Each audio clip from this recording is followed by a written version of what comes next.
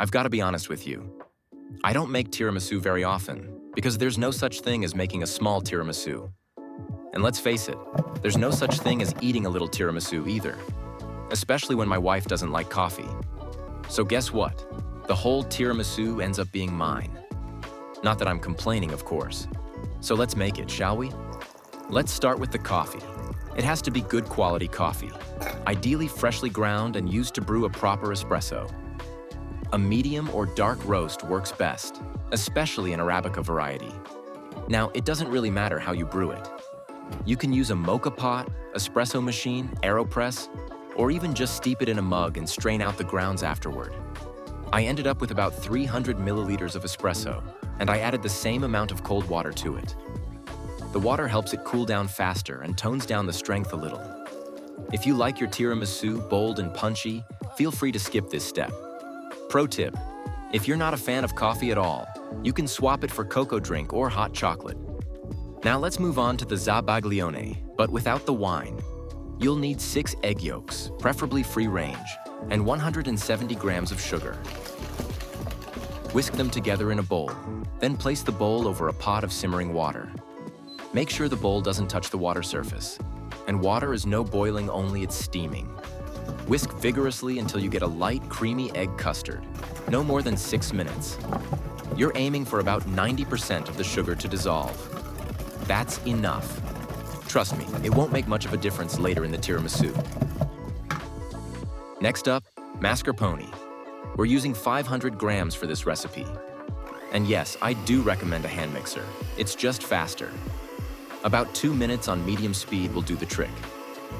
Now take your creamy egg mixture and add about 1/3 of it into the whipped mascarpone. Gently fold it in with a spatula. Then add the rest and mix until fully combined. Set that aside and let's whip some cream. You'll need 250 grams of cold heavy cream. Whip it until it holds soft peaks, then fold it gently into the mascarpone egg sugar mixture. Be super gentle here. You want to keep that light, fluffy texture. Think cloud-like. That's the goal. All right, now it's time to assemble this beauty. My dish is 22 by 32 centimeters. Dip your ladyfingers quickly, just a second, in the coffee. The longer you soak them, the more likely they are to fall apart and make a mess later on. Lay them down snugly in the dish. Don't be afraid to snap them in half to fit. Pour about 1/3 of the cream mixture over the soaked ladyfingers and spread it out evenly. Dust it lightly with cocoa powder, and optionally, a bit of grated chocolate. My camera went a little crazy at this point, so I missed filming that layer, but don't worry. The process is the same for the second layer. There's only one difference.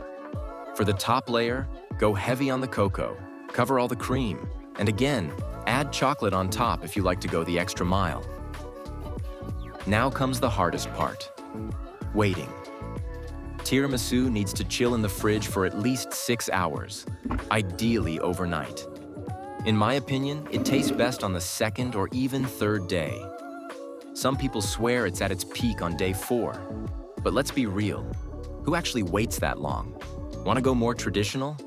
Swap the heavy cream for whipped egg whites, just like the Italian grannies used to do. But keep in mind, you'll need to whip those egg whites over a double boiler, just like we did for the zabaglione. That kind of tiramisu is more delicate, so it's best enjoyed quickly. Great excuse to share it with someone.